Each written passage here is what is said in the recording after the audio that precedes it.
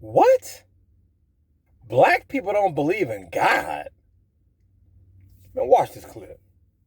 Virgil, before you hop back here, I want to clarify one of my points, and I think I said it pretty clearly, but I want to say it even more clearly.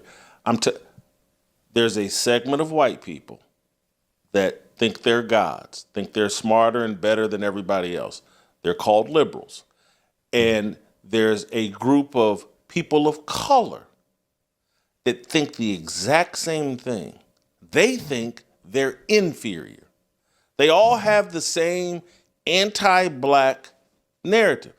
That is why black people think we're inferior. We can't compete, so therefore we must have affirmative action, DEI, and all these other things because we can't compete. They cover themselves with the fig leaf. Well, we can't compete because of slavery. That's a lie, and they know it. They believe, as black people, they can't compete because they really don't believe in the Bible. And I'm just keeping it real. Because if you read and believe in this Bible, you would, hey, I can do all things through Christ. What are you talking about?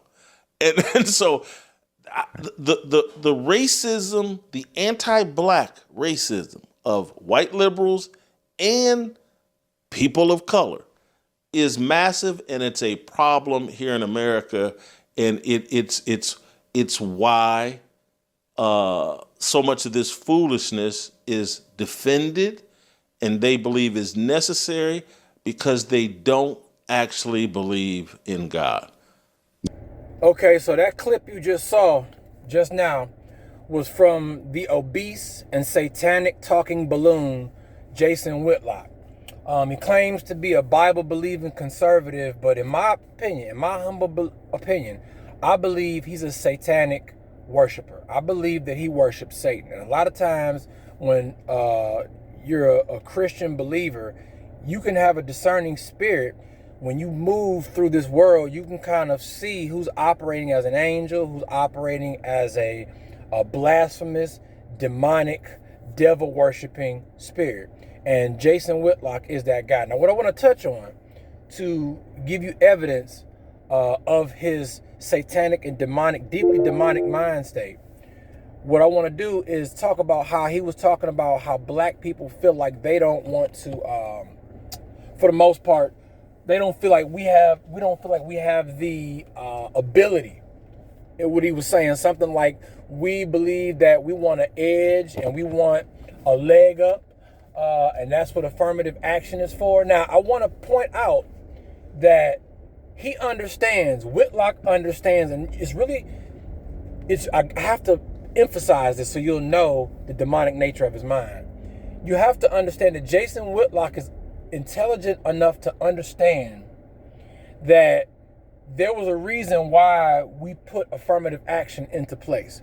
There was a time when whites only hired whites. Whites only allowed and enrolled whites into Harvard and Princeton and things of that. Like, there was times when the government only allowed white senators and white governors and white mayors. There was a time when whites, they still control everything, but there was a point in which, when they had the control in the earlier years of the United States, that they were legally allowed, sometimes explicit, with signs that said no Negroes or no blacks allowed in this neighborhood, no blacks allowed in this school, no blacks allowed in this company. There were legal, explicit codes, and then there were illicit or suppressed or covert codes where you didn't let people in and you would say we're overqualified or we didn't have a position open. Jason Whitlock understands this. He, as a Christian man, well, he's not a Christian man, but he's posing as a Christian man. If he was truly a Christian man, he wouldn't suppress these facts and the knowledge that he's covering up and he's keeping to himself. He's concealing the knowledge that he knows that there was a point where whites only allowed other whites to work at their companies and they didn't allow blacks. That was the reason for affirmative action. The quotas were to make sure that whites allow qualified students to get enrolled into higher education. Affirmative action was designed to allow qualified blacks in the workforce. Some who were overqualified, who were more qualified than whites for their position. whatever the occupation was. They'd be more qualified than whites, and they wouldn't be allowed the same opportunities to enter into the workforce in those different positions. So you had to have a quota so that you wouldn't have all white companies. You had to have quotas, okay? Now, nothing has changed. If you take away affirmative action, slowly all the elements of affirmative action, we're going to go back to the days where whites who have control of all 99% of the land, 99% of the assets, 99% of the educational institutions that we have in Western culture, in Western society, white America, 99% of the media is controlled by Westernized Europeans. Everything is still controlled by them. So it will do nothing but revert back to all white educational institutions, all white corporations, all white media companies. We don't want that. And so he understands that.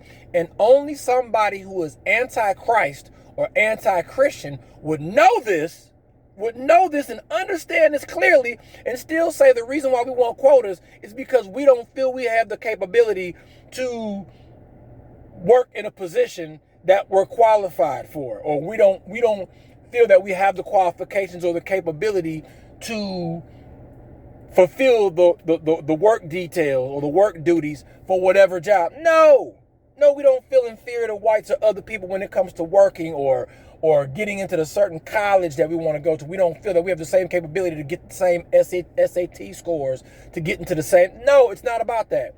He understands that if anything, we feel we're overqualified, and that's the reason why a lot of times, even historically, that's a lot of times why we wouldn't get enrolled into certain college programs. That's why they wouldn't allow us into certain corporations, because we would soar up to the top. So it's the exact opposite, and he knows this. Only a satanic mind would recreate the circumstance, recreate the scenario like he's doing. So, I'm not going to go above and beyond. I think you guys get the point. But if Christ was here right now, he would definitely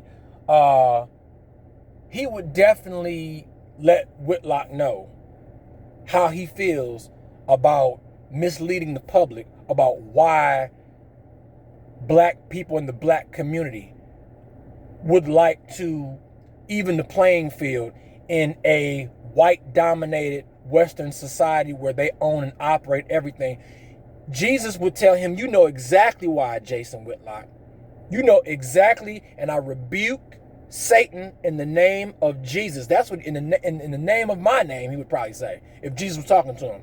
In my name, I rebuke you and I rebuke Satan.